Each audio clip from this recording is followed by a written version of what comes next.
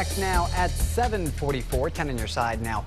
In the garden this morning, joining us this Saturday, gardening expert Dabney Morgan. Dabney, always good to see you. It's been a couple weeks since we've had you in here live.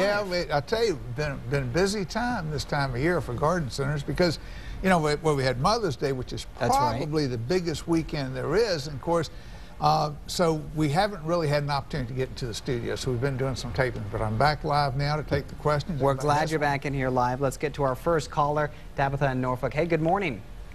Good morning. Morning. Hi. Hello? Hi, go ahead with your question. We can hear you loud and clear. Oh, okay. My question is, I planted a gardenia bush, and I'm trying to find out how often I need to water it, or if I do need to water it. Great question. You know, watering is always a real problem with folks. And this time of year, with the weather we're having right now, where it's cool nights and not so much warm days, I would check probably every 2 or 3 days. But when we check, we actually want to check the soil, see if it's dry or not. And probably you're going to find right now maybe once every 5 to 10 days will be ample enough to water. Plants that are smaller, like our bedding plants we're putting out, the roots are closer to the surface.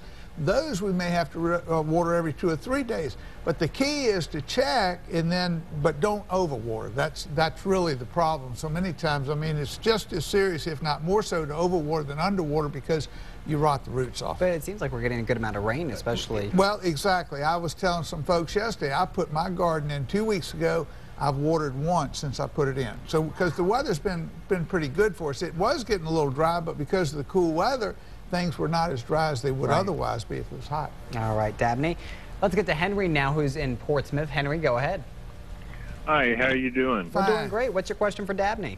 Okay, I put a pre-emergent down to try to control the weeds in the garden before they, you know, sprout. Right. And I was wondering, how long should I wait from the time I put the pre-emergent down until I started to plant seed in the garden?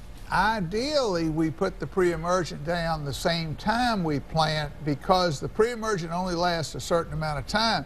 And let's say you did a month ago and you start putting seed out now, just about time the seeds start to come up, the weeds are going to start coming up as well. You might read the product you have and see if you could reapply it now at the time you're planting. Most of these pre-emergents, we can put seeds and transplants at the same time we put the product down, but they only last for X amount of time.